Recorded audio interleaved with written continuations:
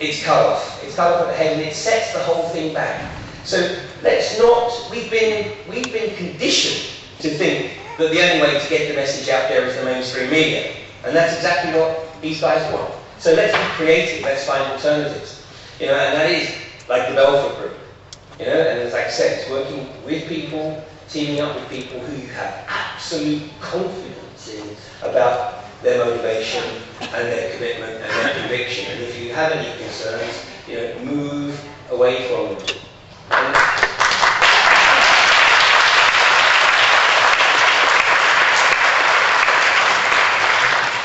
And I did say that I will stay ostensibly with the nuts and bolts through the presentation, but I make an observation, and my sense is that most, if not all of you, will understand what I'm saying is, I can't explain it in Newtonian reductionist terms, but we seem to have a lot of help. I couldn't be doing what I do unless I have a lot of help that I can't explain in Newtonian reductionist terms. And I think that you all sense that in some way, shape or form. We don't have to understand the technology, but we can work with it. And I am absolutely of the opinion that although I might not see the ultimate outcome, whatever that might be in my lifetime, we're heading in the right direction.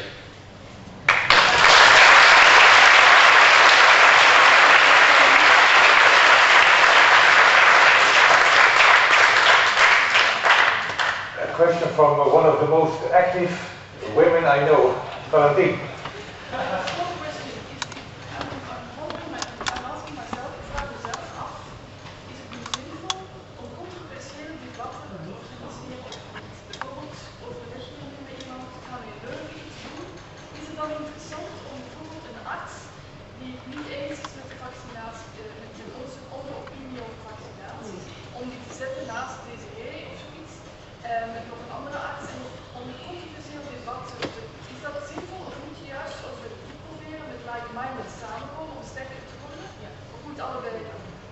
So the question is it a good thing to organize controversial discussions publicly between someone who is pro and against vaccination? And it's a very good question because I challenged Professor Van Danst if he would like to go into a discussion with someone who's critical about it, and he said yes. So the next challenge next to this symposium is to organize this, if possible on television, or as publicly as possible to have this debate on the Flemish mainstream media, because to my impression, I don't watch television anymore, but we didn't have had that debate on television until now. The whole mainstream media is knocking us out. The only word of caution I would say here is that you've got to be very careful who's stage managing the event. I mean, I choose, generally, I will not participate in any recorded interview with the mainstream media. I will only do it live, okay? Because if it's recorded, they can mess with it, and believe you me, they will, okay? When it comes to debate, it's important to be careful how you sow the seed or to know the people that you're talking to about staging the debate. Because otherwise what you do is you sow the seed in their mind, and then what they will do is they won't invite anybody who they know can articulate the case extremely well, because their research is sound, their pedigree is well and truly established. They'll pick somebody who they know is not up to the debate. And what they will do is obviously ridicule that, and they'll say, see, look, it's just outrageous, they can't articulate the case. And this happens at a lower level as well. I mean, it's very telling. I mean, for example, just give an example, the environmentalist groups have been extremely reluctant, and we of course now know why, to debate climate change with anybody who actually has a climatologist background. And of course in recent weeks we actually see why. I mean, I have been a critic of the peak oil hypothesis for basically 13 years. I mean, I know it's a complete crock, but the peak oil advocates will not debate with me, right? Because they know that actually at the end of the day, I'm actually very well researched on the subject. So they will only debate with somebody who they feel that they can effectively put a superior argument to it. So I don't say don't do it, but it's very important to think through the implications. We have to be very careful not to let the ego, if you like, get carried away with the opportunity. We actually have to think in a much longer game.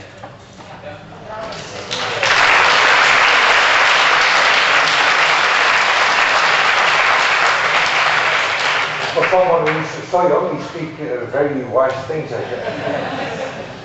Yes? I think we are on the wrong foot.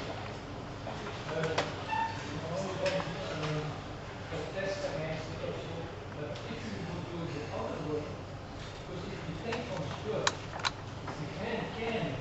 the biggest monument in the world was made by the softest material, water. And that is where I come up. Instead of coming on the street, if we wouldn't stay home, don't spend money. This could be one of the biggest things that we could do. Don't stay home, don't protest. We can't do anything. In other words, if you come on the street, you can't come with the police or something against you. This is much stronger. Instead of on Saturday or Sunday, you know that you can't be expending money. The government is making money on this. Stay home. Don't spend money. And this is one of the strongest things that you can have. If you don't spend any money, you would do anything but you want. I would actually totally agree with you. Did everybody hear the observation? Okay. The observation was basically one of the most significant things we could do is actually not spend money.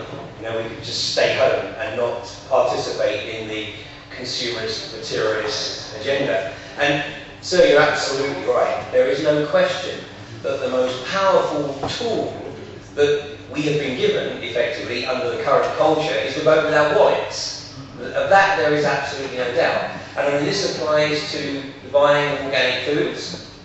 You know, where I live in southwest England, the supermarket that was there actually generated the highest level of revenue from organic food produce of any supermarket in the chain in the UK.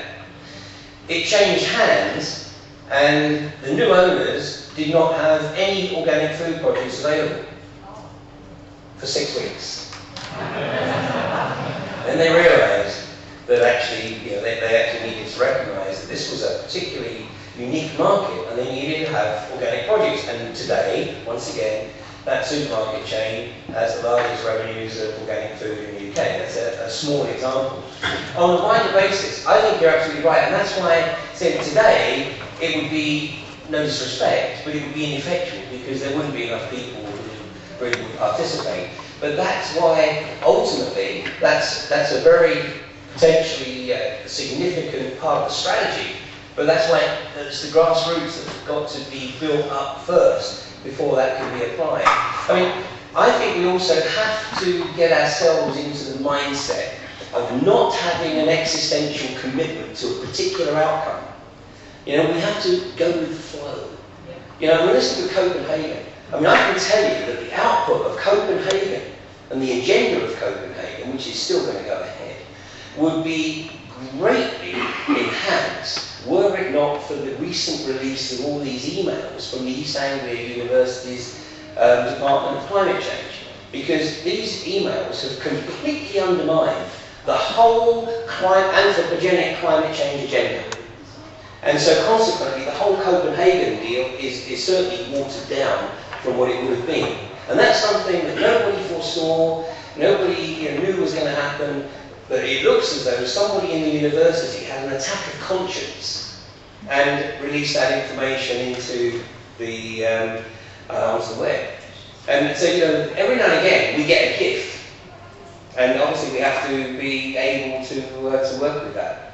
So I think, you know, what you're proposing, perhaps, you know, sometime down the road, is going to be perhaps an extremely valuable tool. Yeah, Eric. You allow me to add that you probably know Professor Jeffrey Smith from He's also acting against GM products. Yeah. He stated that his observation was that if you can change the attitude in buying attitude of people of about 5% of the community, that has such an effect on the manufacturers of food products that they change their attitudes also, and they stop using GM products in the process. So, that's a good message, I think. We only need to convince between 5 and 10% of the population to change the world. Sure. And that's a question of attitude, and that starts with ourselves. But my observation is we're a long way short of 5% at the moment. Yeah. No, we're making phenomenal progress. But this is a long game. Let's not get too excited, too carried away. I mean, I've seen this over the years, particularly with things like 9/11. All of a sudden, people go, oh my God, the light goes on. And all of a sudden, they realise that there are so many anomalies with the official version of events. And they've seen it, and now they don't understand why everybody else can't see it. Different people have different triggers. And our challenge is to find those triggers. And that's why I think the work of the Belfort Group is important, because it's not focusing on one issue. It's going to address the spectrum of issues. There'll be different people coming along to different Belfort events, and that builds up the Belfort community. If it's the same crowd coming to every Belfort event, it becomes a club. And it's 250 people, and you have wonderful times, like-minded people, but it's probably not going to make a big difference. The important thing is that it is new blood coming in, and I mean, one of the objectives that we work to in the alternative view is our challenge is to get 60% new blood at every event, because that way we're not preaching to the choir, we're adding to the choir.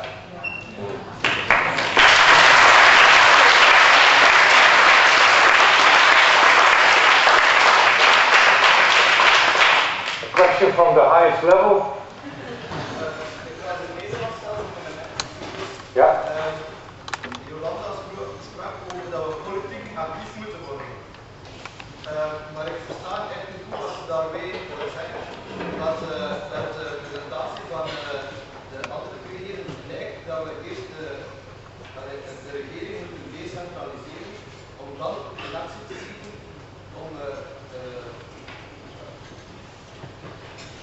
om ons er bewust van worden dat we niet in hetzelfde spel meegaan zoals dat nu aan de gang is. Dus ik zou graag eigenlijk van haar willen horen, maar dat zij bestaat onder politiek actief. Wat ik al eerder vertelde, wat ik bedoel met politiek actief te worden, dat je je lid moet maken van een politieke partij, dat je in contact komt met andere partijgenoten of met politici. Dan kun je ook politiek actief worden. Hoe wil je anders politiek actief worden als je bij geen enkele partij hoort? Ja, maar als we nu politiek actief worden, gaan we toch mee in de cirkel die dat er nu gaande is. Nee, maar je hoeft het ook. Want dan gaan we alleen maar verder. En dan gaan we niets bereiken. Je hoeft ook niet eens te zijn met die politieke partij. We hebben mensen die zijn ook lid van een politieke partij, maar die komen in contact met die mensen. Daar kom je anders niet mee in contact. Ik zeg ook niet dat je met die standpunten van die partij niet eens zijn, maar je kan wel in contact komen met die mensen. Dan kun je je eigen standpunten uitbrengen. Jolanda. Ian wants to say something. This is a real tough one. It's a very, very difficult question. And what I would say is that if there are people who are prepared to put in the time, the effort, the energy to try and play the political system, full credit to them. I mean, but people have to understand that the system is structured so that you will be totally ineffectual, right? You may end up splitting a vote. I mean, in the UK, I'll give you an example.